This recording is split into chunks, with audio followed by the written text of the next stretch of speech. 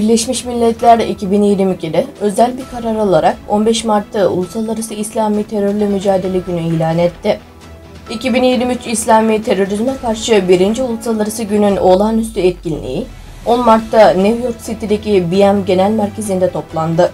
İlk olarak anma toplantısının başkanı ve Pakistan Dışişleri Bakanı Bilwal Bhutto Zardari söz aldı. Konuşmasında İslam'a yönelik çeşitli endişe ve korkularının yanı sıra İslam'ın yanlış anlaşılması ve özellikle İslam'ın yanlış anlayan insanların davranışları nedeniyle İslam nefretinin insan dünyasına getirdiği trajedilerin en aza indirilmesinin önemini vurguladı. Barış ve karşılıklı saygı ilkelerine dayanan İslam'ın 11 Eylül'den sonra daha fazla ayrımcılığa, şiddete ve nefrete neden olduğuna inanıyor. Sonuç olarak İslam'ın terörle ilişkilendirdiği algısı nedeniyle giderek daha fazla trajedi ortaya çıkmaya başladı. Ancak bu tür ciddi sonuçlar dünyanın dikkatinden her zaman kaçmıştır. BM Genel Sekreteri Antonio Guterres de konuştu. Son yıllarda dünya çapında büyüyen İslamofobinin artık nefret tohumlarının ekilmesinde önemli bir rol oynadığını vurgulayarak İslam kelimesinin kökeninin barış anlamında olduğunu, ancak aşırı korku bu konudaki kavramların bir kenara itildiğini, durup trendi izlememesi gerektiğini belirtti. Toplantıda söz alan temsilcilerden biri de Çin temsilcisiydi.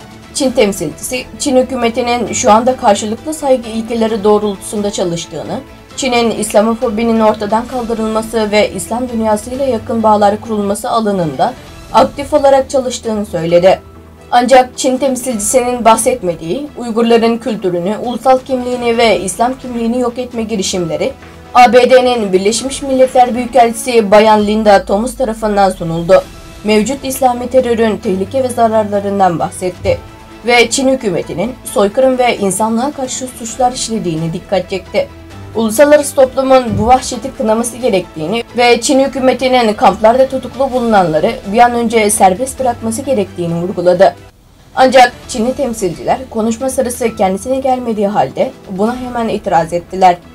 Onların deyimiyle Uygur katliamı ABD'nin uydurduğu asılsız suçlamalardan başka bir şey değildir. Katliamlara gelince Amerika Birleşik Devletleri bir zamanlar Suriye, Afganistan ve Irak'ta Hintlerin yanı sıra kadın ve çocukları da katletmişti. Sincan meselesini ayaklar altına alarak ülkemize şantaj yapmaya çalışmalarına şiddetle karşıyız dedi. Çin hükümeti böyle bir açıklamayı ilk kez yapmıyor ve Amerika Birleşik Devletleri ve bazı batılı ülkelerin gittikleri yerlerde yerel halkı katlettiğine iddia ederek kendilerini haklı çıkarmaya çalışıyorlar. Özellikle Çin hükümetinin Batı dünyasının topluca tarihteki en büyük hatalarımızdan biri olarak kabul ettiği Uygur katliamını, meşrulaştırma ısrarının çeşitli uzmanlar tarafından eleştirdiği biliniyor. Bağımsız siyasi analist İlşat Hasan bu duruma gelince, bu tip bir mantığın hiçbir mantıksal temeli olmadığını ve siyasi bir oyundan başka bir şey olmadığını vurguluyor.